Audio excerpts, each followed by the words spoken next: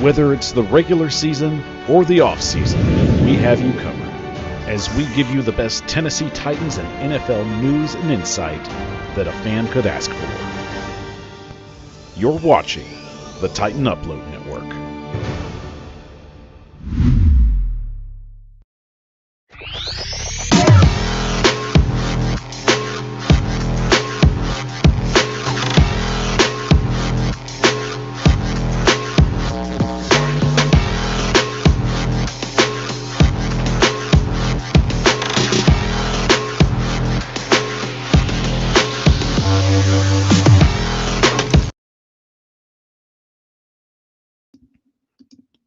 The Power Hour is on the air, live streaming on YouTube, Facebook, X, and Twitch. I'm your host, Michael Bishop, and as always, thank you for joining us on this fine Monday evening. Not only is it a fine Monday evening, it is a victory Monday evening as we celebrate, as we break out the shirts from the closet. So feeling pretty good about that. And of course, shout out to Tyler Staggs and our good friend Gabriel of Titans Bros for being on the show last week and handling business while I was dealing with some illness. But not going to lie, illness is still bothering me, but it's not holding me down because I'm right here where I need to be talking Titans football with you. So super stoked with that. Super stoked to be talking a win.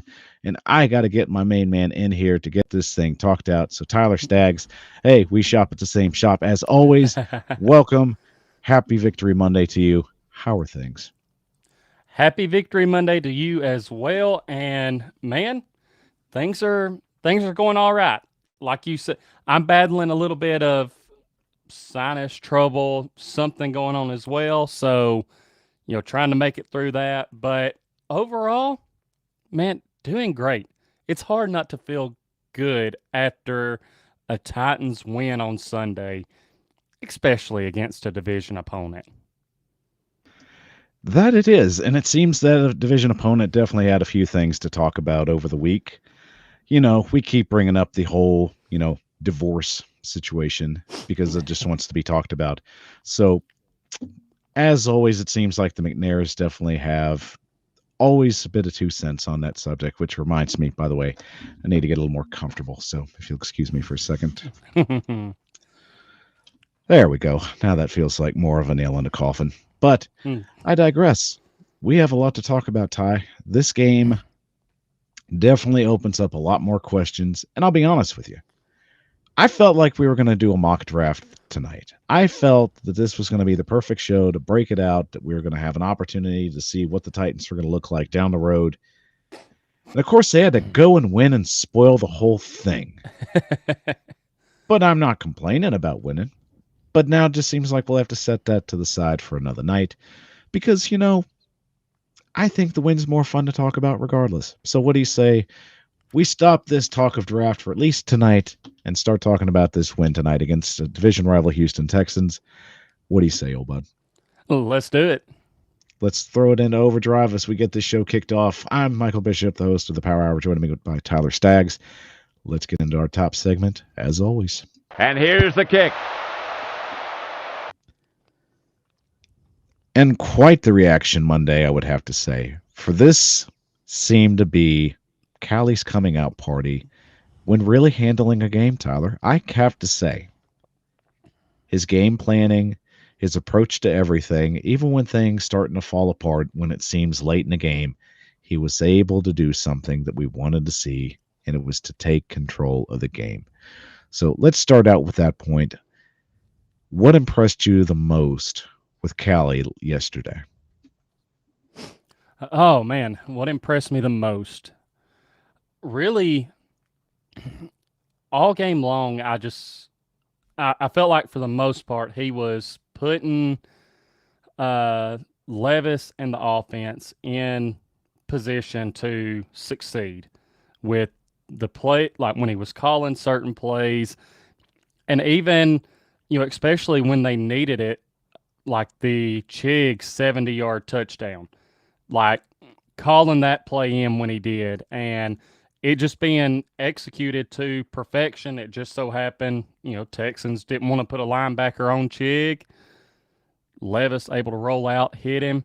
So I felt like going into halftime, Titans were up 20-17.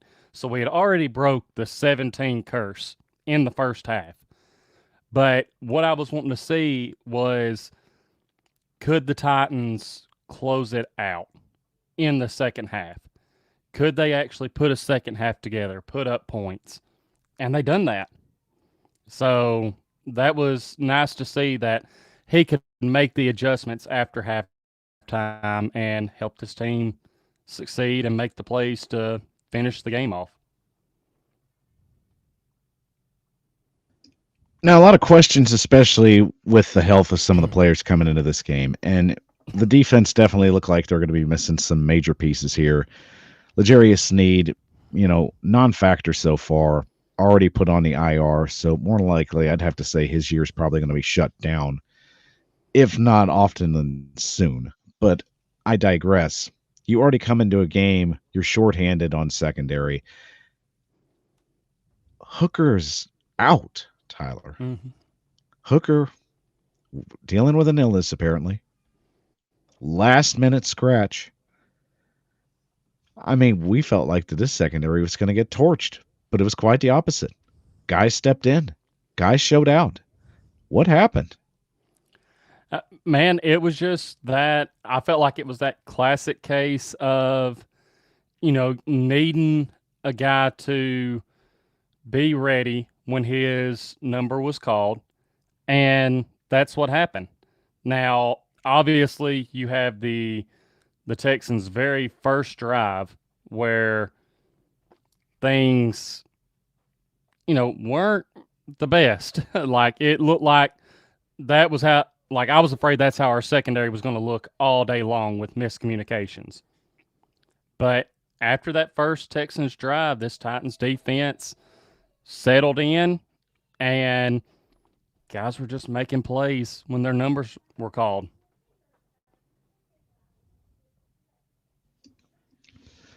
And make plays they did. I mean, this team definitely was able to give the Houston Texans some fits. But let me ask you this, Ty. From a defensive standpoint, is it getting annoying that this defense seems to struggle in the first quarter? Getting annoying that they struggle in the first quarter.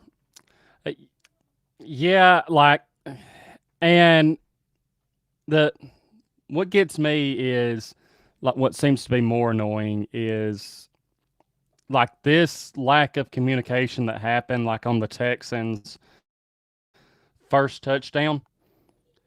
It's a miscommunication that we've seen before with this defense where there was supposed to be another guy in that deep half and then it like just to with the eye test until you go back and watch it, you're putting it on the linebacker that's covering the open guy, and it's like, hey, what happened? Did you just really get beat that bad? But no, it's he thought someone else was supposed to be there, and I think that's the most frustrating part. And yeah, it'd be nice to see some, maybe and I don't want to take anything away from the defense, but a quicker and better start for them.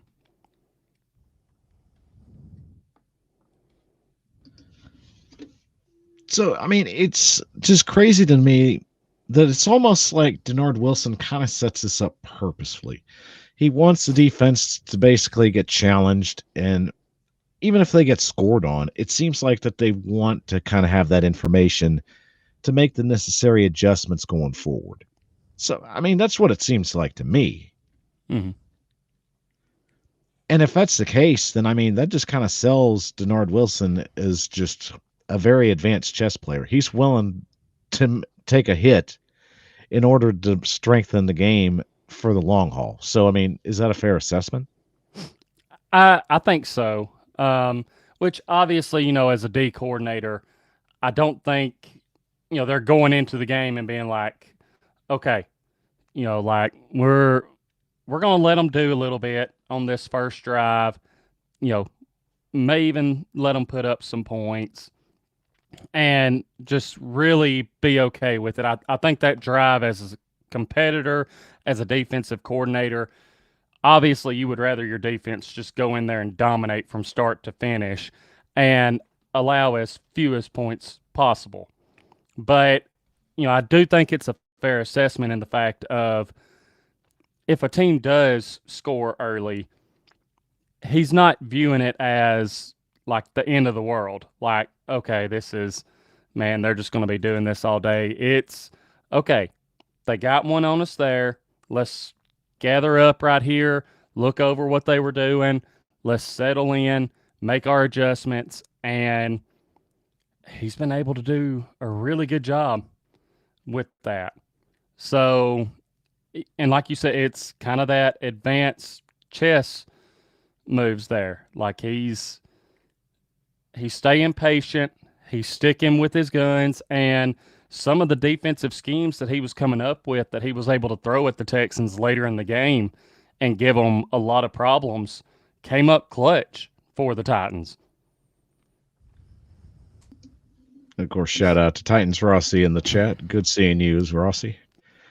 And of course, shout out to Blackheart as well. Tighten up. Thanks for joining us. And of course, everybody that's watching the show, shout out to you all as well. So make sure we get those comments. We want to make sure we have a chance to get some info. And Blackheart is definitely excited for the roundtable tomorrow. So make sure while you're watching, check out the AFC South roundtable. We'll be on at 7 p.m. Eastern time.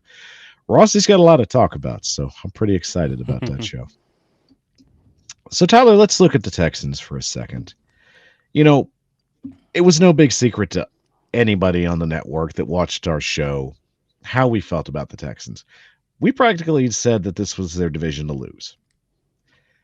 And the trend seems to be the team that gets favored in the AFC South seems to start falling apart at the most unnecessary times and now leaves a potential behind-the-scenes team that doesn't even have an opportunity to win this thing is kind of sitting there just rubbing their hands in just excitement because, could this be year 3 where a team blows a major lead in a division?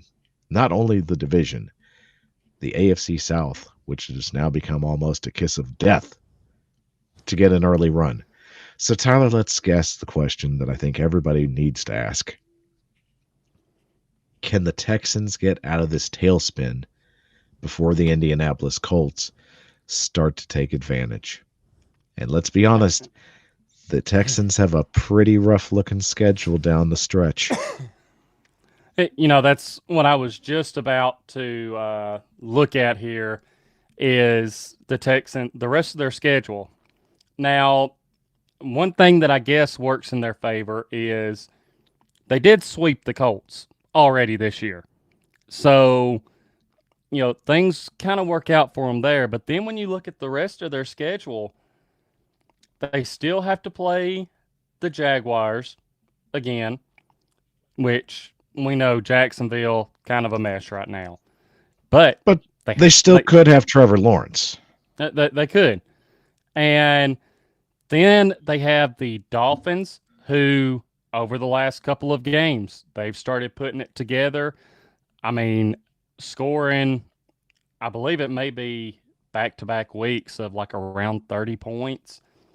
Then you have the Chiefs, who, while they haven't really looked, I'm going to say they haven't really looked like the Chiefs this year completely. Like, there are some teams that are hanging around with them. I mean, the Panthers took them down to the wire yesterday. But that Chiefs team is still a tough team. And the Ravens, and then, of course, finishing it off against us again. And, you mentioned it with the AFC South. Could this potentially be 3 years in a row? I mean, you think back, it came down to the Titans and Jaguars a couple years ago. Jaguars playing spoiler for the Titans. Then again, and the Titans playing spoiler this time. Could the Titans end up playing spoiler for the Texans this year if it comes down to it in that final week? And with the struggles of the Jaguars and the Titans for the most part this year. I mean, Houston should have been able to run away with this division, and they haven't taken that step to do that. And I love the fact you bring up the last game of the year because all the last games are division games. And this sets up a major matchup of the Jaguars and the Colts on the other end of the spectrum, which, if the Jaguars are playing for draft position, I would more than likely say they're going to put up a good fight, but I do think Indy knows what they'll be playing for, Mm. especially if it's a chance to lock out a division. But of course, you bring up the spoiler aspect. It's a reversal right there. Why not? That seems like a very stellar type of storyline. Week 18, Titans, Texans, breaking out the Oiler unis. You know tensions are going to be high. What's Houston going to be looking like in week 18? Are they fighting for the division and their potential playoff lives? You can't get any better football than that. That is and Flex Express.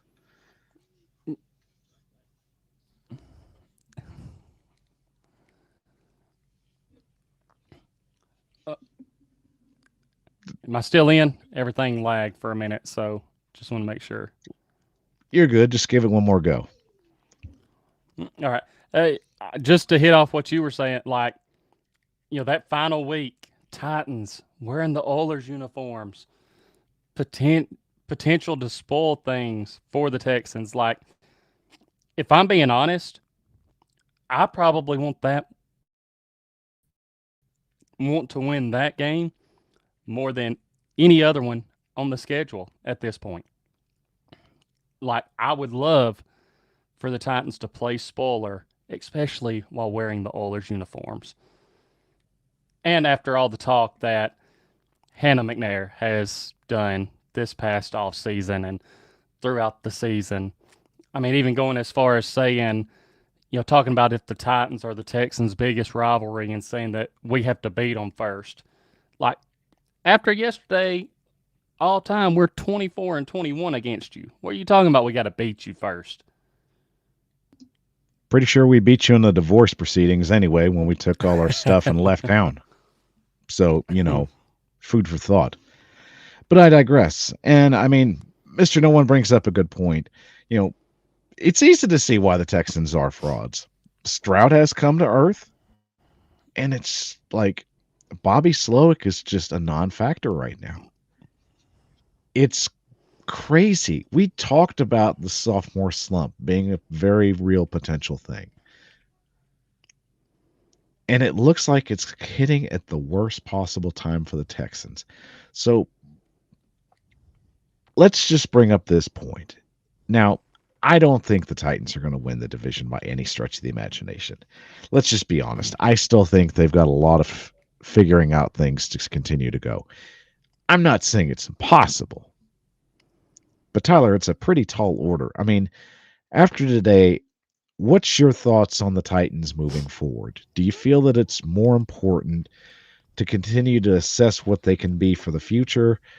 Or do you feel like that this was just one of those games where they were revved up, they had the energy? I mean, can they continue to play at an expert level while still trying to deal with mediocrity problems? And we've kind of talked about this a little bit. I know me and you have, and I think I've said it on the show the last couple of weeks. One thing that I've liked about this Titans team this year, even though, yes, we're 3-8 on the season, it's not really going exactly how we thought it might go. This team still has a lot of fight, and they're scrappy. They're not just going to lay down and let teams, just walk all over them all year long. Yeah. Like, they're going to fight, and we know that there's been games where maybe they've just been a play or two away from change, like where this season could look completely different. I'm like you. I'm not going to say that, they can turn it around and win the division, but I think that they're at a point where they're going to keep, you know, looking at what they have going forward, assessing the situation, seeing what they have in this team. There may be a couple more wins come along the way. And just seeing if they can iron out these mistakes and build and get things going in a positive direction and see positive things on film and get answers for heading into the off season of, okay, what's going to be our biggest area of need that we need, like we have to fix? And if we fix this thing, how does it turn this team around for the future? Like, so, again, I don't see them just being a team that, is going to lay down and not try and win games, because we've already seen it. This team fights. So it's just about assessing what you have going forward for the rest of this year and what you need for next year. Now, I think one thing that the Titans have to continue to assess, especially in a situation where there is a lot of questions to continue to answer, but it seems like a lot of people, a court of public opinion, have basically made their minds up from this narrative.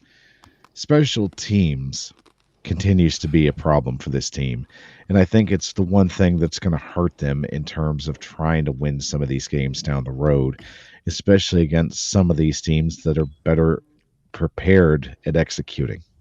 So, Tyler, I mean, it's a band-aid situation, but I mean, can Colt Anderson actually find a way to get the third aspect of the ball to be an advantage to the Titans and not a major weakness right now?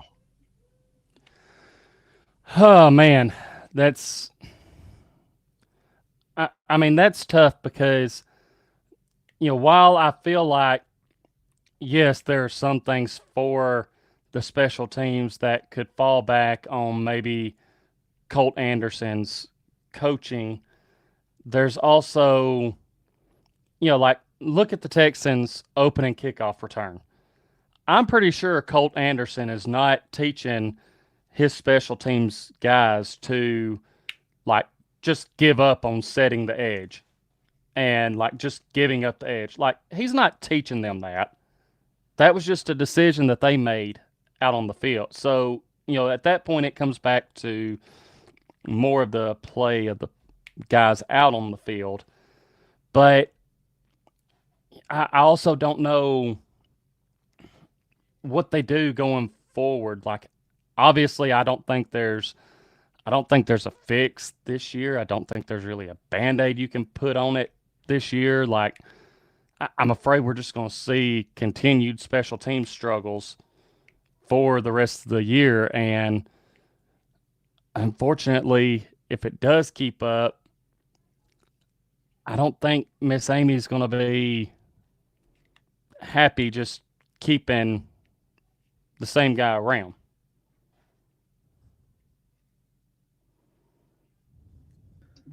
Fun fact, by the way.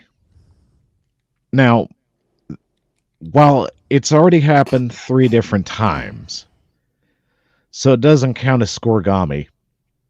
For the Titans, the 32-27 score was the first ever in their history. So call it a Titans scoregami. All right. Didn't So know fun that. fact right there. And shout out to Titans Uni Tracker for hooking us up with that fun fact, by the way. For any scoregami follower, by the way. So to finish this point off, Tyler, we already know the Titans are putting up fight, that they're going to go out, they're going to play gritty.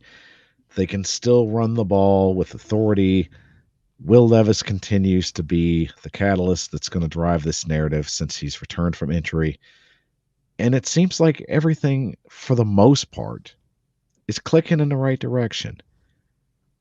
Is that momentum enough to continue to get this team in the right direction? Or do the Titans need to be a little bit more concerned with potentially looking forward to the future, whether it is Levis or someone else, but in terms of being in that mindset to where the team is put first. So, with that question in mind, is Will Levis getting more trust to be the quarterback of the future in your mind? I think since coming back from injury, here's the way I'm kind of viewing this right now.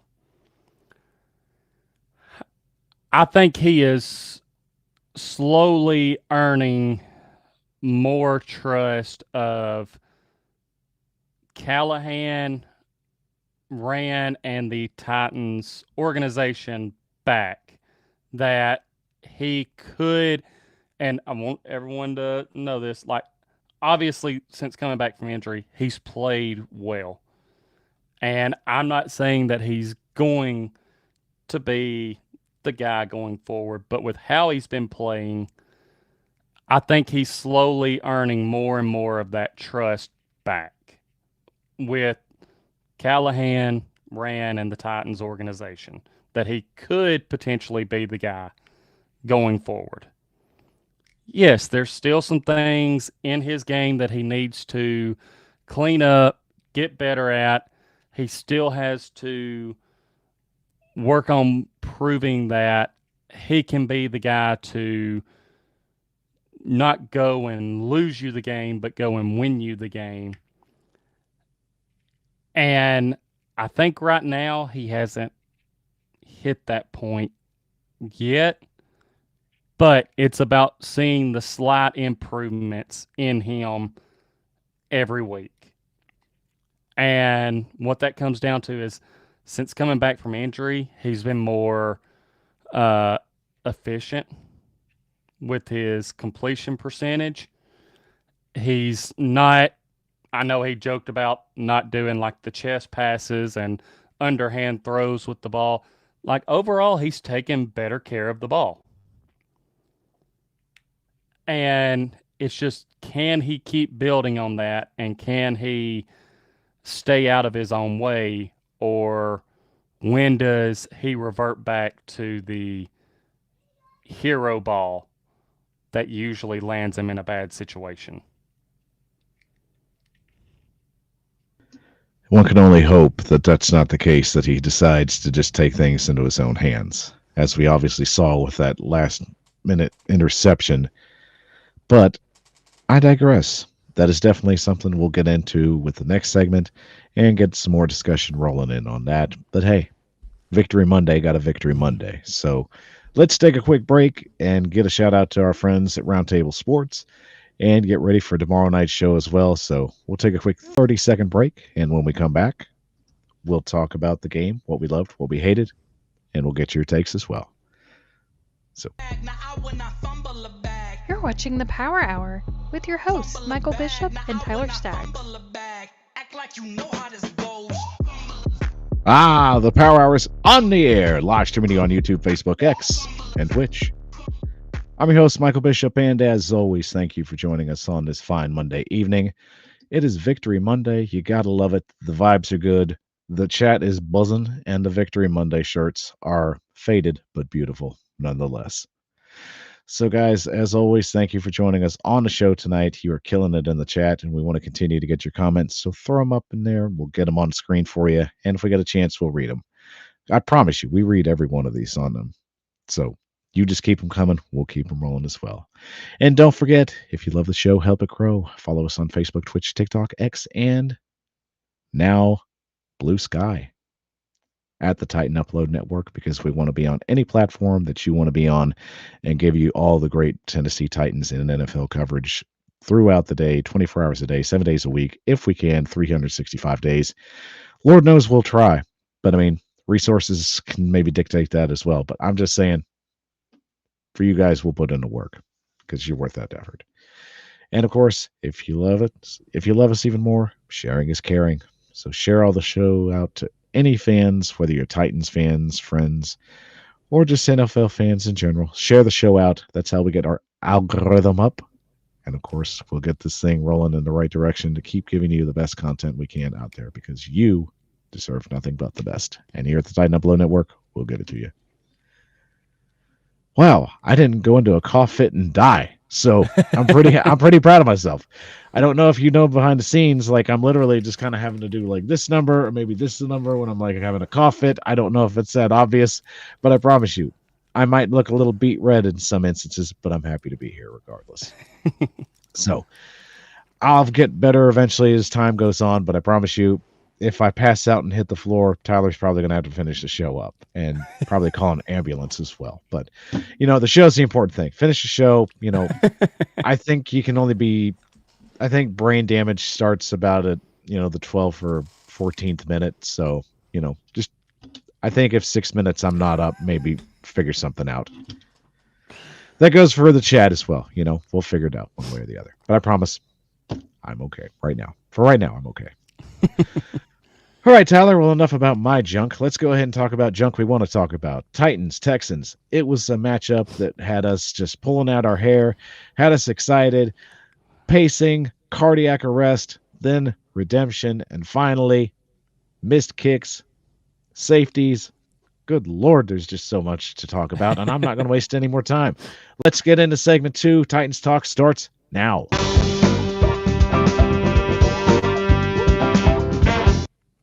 Rain, confetti. Rain! That's right. It was a wonderful day, a great way to finish a Sunday if your last name wasn't McNair and had many vibes about certain teams that don't exist there anymore. But I digress. If you're a Titans fan, you're feeling pretty damn good about yourself. 32-27 on the road against a Houston Texans team that was favored to wipe this division without any kind of hesitation. And believe me, Ruben, you're lucky that Rossi's doing the show Tuesday and I'm not coming after you. But I love you just the same. But I digress. Tyler, you couldn't have asked for a better way for the Titans to actually start to piece things together. Could this be Callie's foundational win? I think it could be because I know one thing you kind of look at with new head coaches, even if like they struggle in their first year, one important thing is seeing if they can win divisional games. You have to be able to win divisional games. And for a Titans team that's been struggling this year, going up against a Texans team that, while they haven't been great, they have been pretty good this year. And you're going in to Houston, all the talk going on, and he's able to get it done and get his first divisional win. And that's big.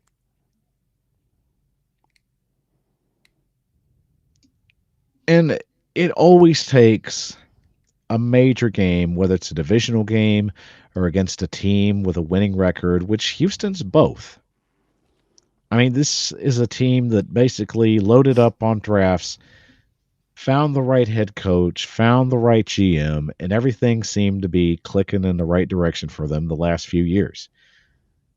Now it's slowly starting to unravel a little bit, and they're going to have to find a way to get this thing in the right direction to get it back to being on the tracks. But that is their problem for now, because the Tennessee Titans definitely needed this win, especially in a culture-building phenomenon to what we are trying to witness with Will Levis. Is he going to be the guy?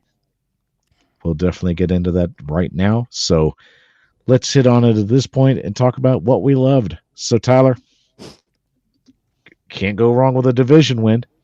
You cannot. I mean, a division win, like, here's the third win. So a win in general is something to love because it just brings the vibes up and all of that. But then you factor in it being a divisional win. Like, look, we can have our rivalries with other teams like the Ravens, the Bills, the Chiefs, all that. But, I mean, let's face it, it just means more when you get wins against the Jaguars and Texans and Colts and getting those divisional wins and having those bragging rights over them and being able to shut them up like that. That's just so nice because, especially right now, the Texans, they have to wait until the last week of the season to see us again. So until then, we can do all the talking if we want to because our team showed up and got it done. That they did. And I mean, in a game to where we definitely had to see if we could actually put it together. And the Titans have been doing that for the most part this year. They have a solid first drive. They're able to get some momentum. And it's just the simplest of mistakes, whether it be just penalties, whether it's offensive line breakdown, whether it's Will Levis's hands. It just seems to just kind of fall apart before we even get started. But this game, while there were flaws there, you definitely liked the way things were trending, especially in the sense, okay, this team is actually trying to fight to keep the win in their hands, especially when the Texans grabbed the lead late in the third quarter. So there was some fight there, and I appreciate that. And speaking of the third quarter, where the Texans grabbed that lead, how about Chigakonkwo, who's basically been MIA pretty much all year?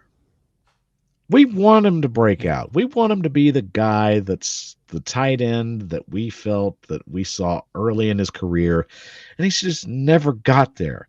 But Tyler, this play right here to me shows that Chig's still got something there for a Cali coached offense that I don't think we've even gotten an opportunity to see what Chig can do if he gets involved. And it makes me even more giddy for the fact if they could get him more involved, maybe we could see more of this.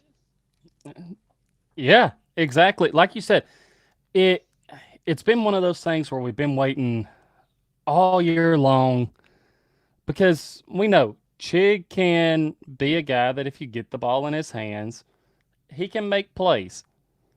And finally seeing a play like this come together. Now, I know he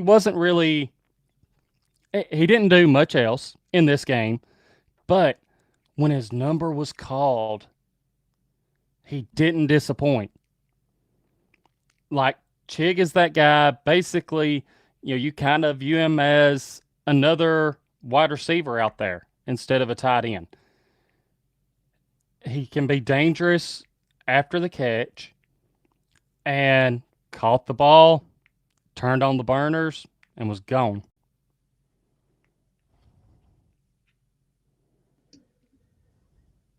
And it's not just this year. It's been double years.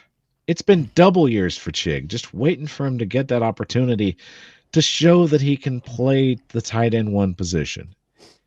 And going into a year where we're still trying to figure things out, I felt like Chig was going to have a breakout year, but at this point, once again, it's like he's just a late bloomer. And I hope with what Cali can continue to draw up and get him more involved, this really just needs to be the chance that he can take the advantage of making himself stand out amongst everybody on this team. Look, eventually the Titans are probably going to find another replacement at wide receiver to fill that DeAndre Hopkins hole that he left. But at some point, you just hope that there's guys that are going to take advantage of this opportunity and step up. Treylon Burks isn't going to. Mm-mm. That's just me being honest. I wanted Treylon to succeed, but it's just not going to happen. Just some guys don't make it through the league. It happens. But regardless, I still feel Chig can still be playing some really good ball in some games that mean something, especially with plenty of division games on the slot, Tyler. So I'm excited about that. And shout out to Titan Lone Star. He hasn't been that stoked for Chig since his breakout run with the Chiefs in his rookie campaign. And that's understandable. I just hope that they can continue to keep him involved in the offense, and maybe those opportunities will present themselves. That's all I can hope for, especially when we don't have a lot to hope for this year anyway. So some good narratives and some strong building blocks, I think, are the key here for this year. If we can do that, then we'll have a lot to work with next year going in. Especially since Ran and Chad Brinker, I would say that this season, for the most part, has been very successful for them. Even if we don't want to view it in some terms of free agency. I mean, they've nailed the draft, and give them credit. They have done a damn good job at signing some backup players that have been really key contributors, especially this week. So get into the things, of course, we hated, because we got to. Oh, Tyler. Was it just inevitable? Were we just waiting for this plum to drop and then it just dropped? Because I really wasn't that surprised, to be honest. I wasn't either. I mean, at this point, I find myself. I kind of have Kyle Phillips flashbacks. Because at this point, whenever other teams are punting to us, I'm sitting there and I'm like, just catch the ball. Catch the ball. Or make the right decision here. Like, don't just try and be a hero. Focus on making the right decision, and if you're going to come up to catch the ball, secure it. Because it seems like whether it's either him fielding a punt and guys being like 5 yards away from him, and he shouldn't have fielded it to like try and return it, like he should have called a fair catch, he doesn't do it. And then there's times where I feel like maybe he has a little bit more space and he fair catches it. And then there's times where you have this happen. Titans defense comes out. They get a 3 and out.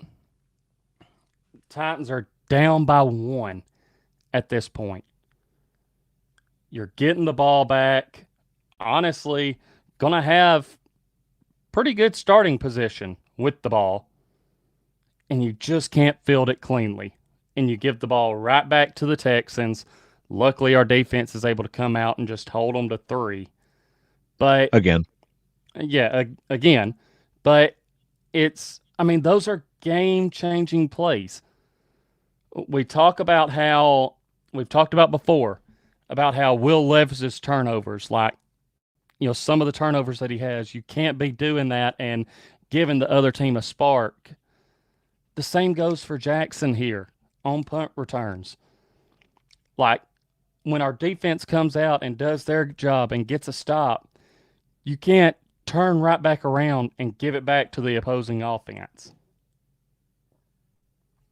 And I dread it now. To me, he's been so underwhelming. You want him to have that breakout play, and you hope he's going to be a difference maker to get the offense in position to have a better opportunity at making plays. That's something we've lacked in years. We can't change the side of the field. We can't make it an advantage. For whatever team, when it comes to punt returns and kickoff returns, we can't do a damn thing when it comes to changing the narrative on the field. Jackson Muffin, this thing, just sold that narrative to me once again. And it didn't have to be sold, because I already knew what it was. And I was willing to give him the opportunity and the benefit of the doubt until I couldn't trust him anymore. And at this point, it's like Jackson has yet to change the field for us. He's yet to just excel in what he is meant to be here for. Can he be a solid wide receiver? Probably. But I need to see what you can do here. It's special teams that moves you up the ladder. And this just right here just kicked you back down to the ground. I don't know, Ty. I'm not trying to say that it's going to be one of these scenarios where he's going to get the opportunities and get better, because I'm just so underwhelmed by him at this point. Yeah, and like here's the biggest thing for me. I get he's had a couple of decent returns for us, but to me, I mentioned how it kind of brings back memories of Kyle Phillips back there, because especially you think about like Kyle Phillips, his first punt return for the Titans, had a great return, but he had trouble holding on to the ball, fielding the ball, making the right decision. And there comes a point where you have to look at the guys on your special teams, especially your punt returners and kick returners, and you have to ask yourself, does the boom potential of this guy as the returner outweigh the negative? And if the negative is constantly not being able to field the ball cleanly, I mean, we've had other times where he's muffed it, and luckily we've been able to jump on it. But you're talking about game-changing plays there, extra turnovers, giving the opposing team extra possessions. And to me, that doesn't outweigh it. Yes, you see these other teams with their returners who have that boom potential, and it pays off for them to have those guys back there. But you also see those guys make the correct decision and be able to field the ball cleanly and not muff it all the time. That's the biggest difference. It's the basic necessities. And that's what it comes down to, and what this team needs. And I don't know if Jackson can turn into that guy. And I know he's a rookie. Maybe he gets a little bit more time, but how much time are you willing to sacrifice again for that boom potential if it doesn't outweigh the potential negative outcomes of having him back there? That's just patience of a saint at that point. Shout out to Willie Jeans, by the way. You guys need to go on Round Table tomorrow night and jump on the desk and crow a little. And I'll let you in on a secret. I don't think Rossi's been on a show yet where we've won. So I'm really pulling for Rossi to go in there and beat his chest a little bit. I'm pretty sure I've done every show that we've won. I think. I mean, that's just my perspective. But, if Rossi hasn't done one yet where he's won, he definitely needs this one. So I'm pulling for Rossi on that. But yeah, defense first series. But, I've already went on a tangent on that, and I'm not going to go any further than I need to. So, take that for what it is. But what surprised us, I mean, 8 sacks, but that could have gone hate or surprise to this point. But I don't want to talk about the sacks. I want to talk about Will Levis's almost perfect first half. Ty, throw it on me. Yeah, I mean, I mentioned it earlier about how much more efficient he is on his passing. And that was one thing that Callahan really wanted to work on him with this year, was getting that completion percentage up. Not always taking the deep shot down the field, but, taking what the defense gives you, gaining the yards. And, I mean, Will Levis in the first half, and, we say almost perfect first half, 1 incompletion in the first half. He was 11 of 12 for 177 yards and 1 touchdown in the first half. Now, again, you have the sacks where I feel like a couple of those fall on Will Levis. There were times where his movement in the pocket, I felt like he kind of drifted into him. So you can kind of take that away from, the having really a perfect first half and the fumble between him and Pollard. But other than that, like only having, like being that efficient in the first half with your passes and actually moving the team down the field, having close to 200 yards in the first half, having a touchdown on the board, like that's what you want to see from your quarterback and the leader of your offense. Like those are things where, especially if you can keep building on them, those are things that you look at and you're like, hey, maybe this guy can be our quarterback going forward. So that was just kind of my thoughts. And what surprised me, because I mean, if you would have told me before the game that was going to be Levis's stat line at halftime, I probably would have said that you were crazy. I mean, you can just call me crazy right now for even saying this, because I didn't think I was going to actually have this as a situation as one of our players of the game. So call me crazy if you want, but there you go. Player of the game for me was Will Levis, hands down. And it's a big step in the right direction as he continues to trend upward. But I don't need this to be a flash in the pan kind of thing, especially for a team with no answer for an absolute future. Like, here's the thing. We got 6 games to go. I need Will Levis to put aside the salesman, the mayo, the banana eating peel thing. I don't need that.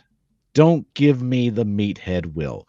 Give me the Will that I've been seeing the last 3 games, but continue to clean up everything. I need that. Sell yourself, but in a different light. I want the football player, not the endorsement. Because Will Levis showed me that with the right temperament and stepping back and learning from your mistakes, he has the tools. He's doing things that certain quarterbacks would wish that they could do. Quarterbacks would die to have that type of arm strength. But I need you to take it to the next level. If this fan base is going to commit to you long term and believe you're the guy, even the ones that don't want to believe in you right now, show them why they need to. Give them a reason to be excited. We continue to talk about finding the guy.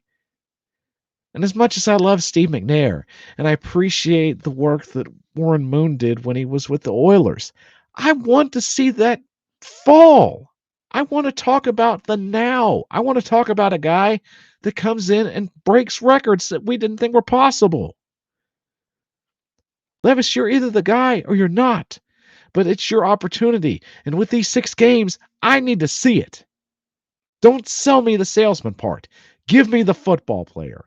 Give me what I've seen in the next 3 games. But for the next 6, you're going to have to be damn near flawless to really sell this narrative to me.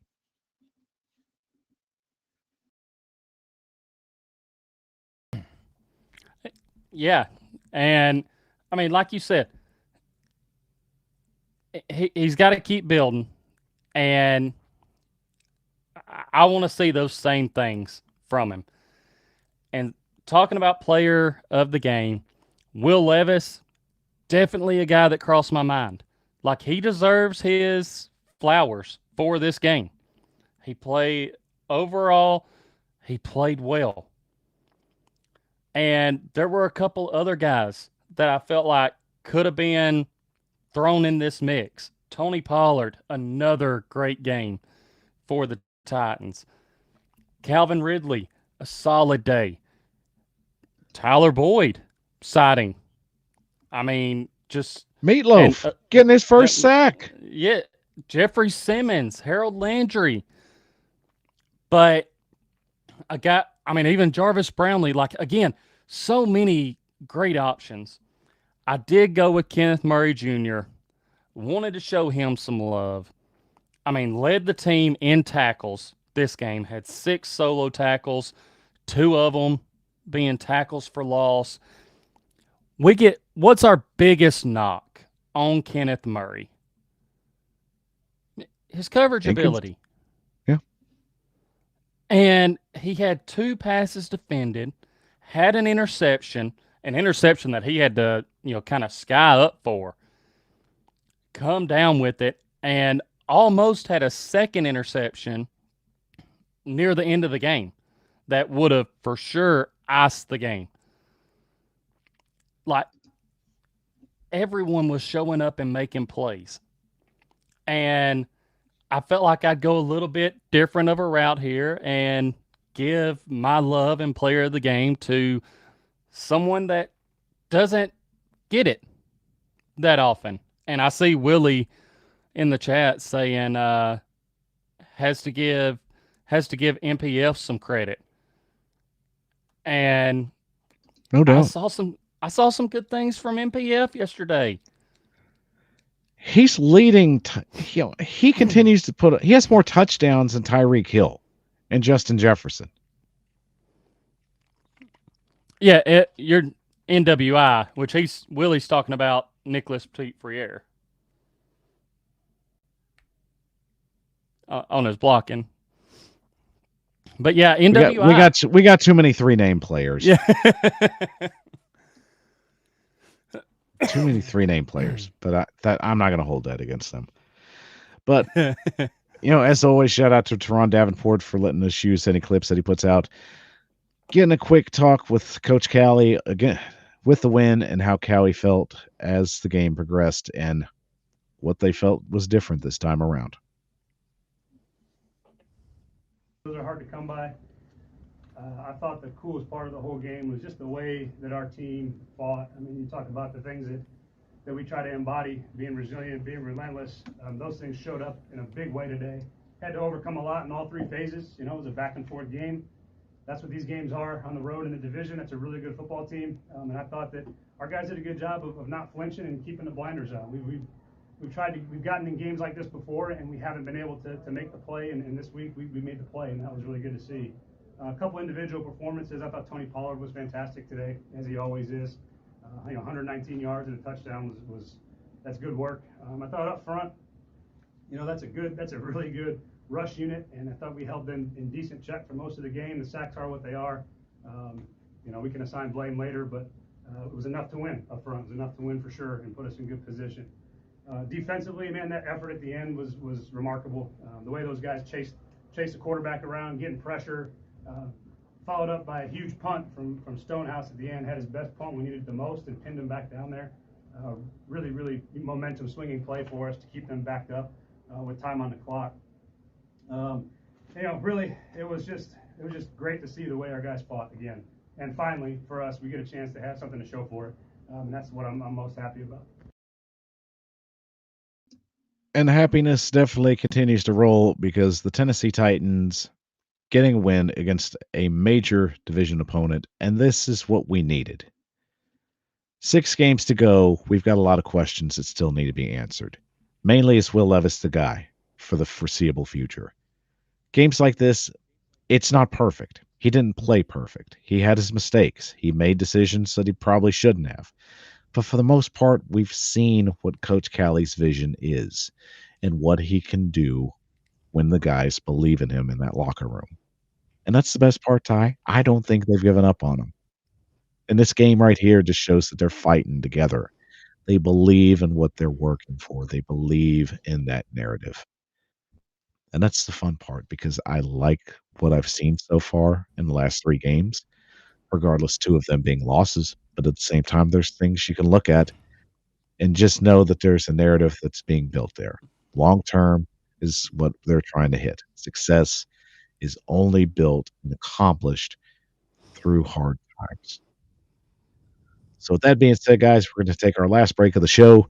And when we come back, we got to close up shop because Monday Night Football, Harbaugh, is ready to be played on ESPN tonight. So we want to make sure you all get out there and watch that because that's going to be a pretty good game. So, quick 30-second break, and when we come back, we'll talk about shutting down shop.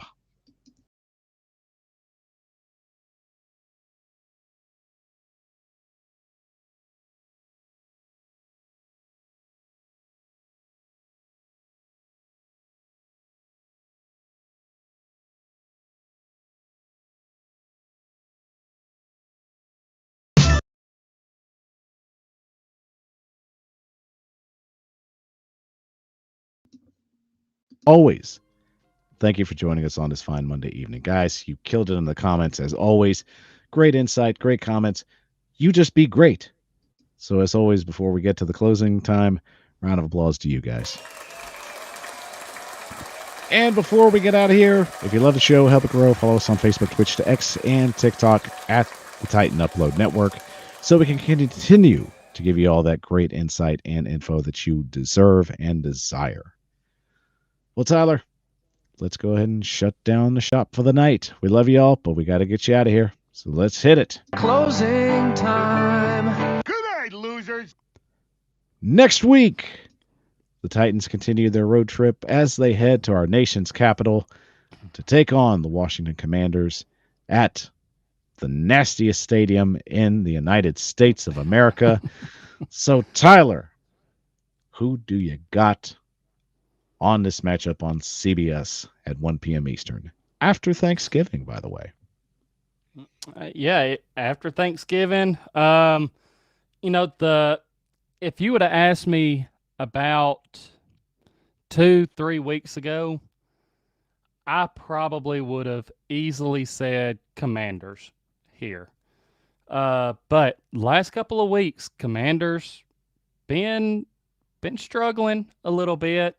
This Titans team overall looking better, and I know I've picked against the Titans the last couple of weeks, but something just tells me the Titans are able to stack some wins here. And I think as long as this Titans front can contain Jaden Daniels, don't let him just get out of the pocket and wreak havoc with his running ability, I think they have a really good chance here, and I'm gonna rock with the Titans in this one. I'm gonna go with the Titans getting it done. I mean, you already know my answer regardless. This is nothing new. But this is personal to me, Tyler. This is a rivalry. From the longest time, the Bishop household has been Washington fans. From my great-grandfather to my grandfather to my late father, which, funny enough, fun story. Former Washington players used to work at my grandfather's dealership during the off season. So my dad got to hang out with former football players. My aunt, one of my beloved aunts, actually was neighbors with Joe Theismann. So the Washington roots in the Bishop household are very, very sturdy, except for this one. As I was born in Tennessee, I have no Washington ties or anything or any stories for that matter, so Washington was just a team. But I understood the narrative there. I understood the assignment. I understood the passion and the fandom and everything that came with it. So to me, this is a very personal, deeply personal rivalry. And even though my father's not here with us anymore, I still take this one into consideration because I always just want to have that win to gloat a little. They got 3 Super Bowls. I'm still trying to get 1. Right. So you know what? I'm just going to slap you around until that happens. So that's all that is. So for me, you already know my choice, but now you know why. So I'm very excited for this game. The personal ties are always personal, and I just want that one even more. Even if this might be the last win that they get, I want this one tie because it's that much personal to me. And, of course, speaking of more football, it's Harbaugh. 3. Yeah, there's already been 2 of these. So it's Horrible 3 on ESPN for Monday Night Football tonight in roughly about 9 minutes. We'll get you out of here to catch that game. So, Ty, who do you like in Horrible 3? I'm going to take the Ravens. I think the Ravens, they're in need of a bounce back after losing to the Steelers. I think they're going to come into this one ready to go. So, yeah, give me the Ravens. You see, I want to go Ravens on this one. I feel they've got the narrative here. They've slipped a little bit, and this is a prime kind of setup for them to come out and play a solid game. But I've underestimated Jim Harbaugh too much, Tyler. I can't do it anymore. So I've got to go with the Chargers here. I like the home team. The Chargers have got their mojo going. I think the Ravens are in a little bit of a free fall, and we don't want to admit it. Give me the Chargers to win at home. Panel split here. It's a split panel, but it's going to be a great game regardless. So make sure you go out and check it out tonight on ESPN, Monday Night Football. You got to love it. But I'll tell you what we love. We love you for showing up to the show. So thank you as always for watching the Power Hour. And before we get out of here, round of applause to you guys one more time. And don't forget, guys, we are going to continue to put out great content regardless of whatever happens. The NFL and the Tennessee Titans are how we handle business here at the Titan Upload Network, and business is booming. So keep checking out our watch parties with Upload. He's going to continue to put out great shows. Rossi's, of course, is going to put out his shows as well, and will be on the roundtable tomorrow night. So make sure you check that out as well. We'll give you more information on that before we get out of here. So as always, make sure you subscribe, like, and ring the bell for notifications before you get out of here so we can continue to build the algorithm and give you the best Titan Upload Network that you deserve. So as I said, Roundtable Sports tomorrow night at 7 p.m. Eastern Time. And let me just say, it is good to show up a winner because you get to beat your chest a little bit, and Rossi needs that help. So get over there on that channel, help him out, brag just as much as he's going to brag. We need you over there. Represent, tighten up. We love you guys. You know you'll do it for us. Go and do it for him. He needs you. And, of course, new BS reports will be coming out soon if we can get over this crud we're under. But hang on a second. There comes one of those coughs that I've been trying to fight back. But, hey, I'm trying not to die here. So every Saturday on TikTok Live, make sure you check out Titans Time podcast channel to check out that show. The more likes we can get, we'll be able to go live on the BS report. So please do that for us. That will help as well. And, of course, a special shout-out to our sponsor, RecoveryUnplugged.com, because when you're ready to make the change and when changes need to be made, recovery is possible at RecoveryUnplugged.com at 844-305-8599, or get in touch with Titan Rossi at titanrossi@gmail.com. And, of course, for more great content, check us out on Blue Sky, because we want to be on any type of platform that you guys want to have the advantage of. And, of course, happy Thanksgiving to all of you. We're thankful that you continue to show up and show out for us. You're the reason why the Titan Upload Network is the success that it continues to be. That'll do it for us, guys. We are out of here. We love you. Have fun watching Monday Night Football. We'll be back next Monday night once again to hopefully be talking about another win. So stay close, guys. We might need you again. Tyler, anything before we get out of here? Let's have fun this week. Look, good week. We got a victory Monday. Thanksgiving this Thursday. Great food. I mean, it looks like it's going to be a good week, Michael. Can't go wrong there. Good week. Start out with good expectations. Let's hit it. So for Tyler Staggs, I'm Michael Bishop of the Power Hour, and we are out of here. And as always, take care and tighten up. Tighten up.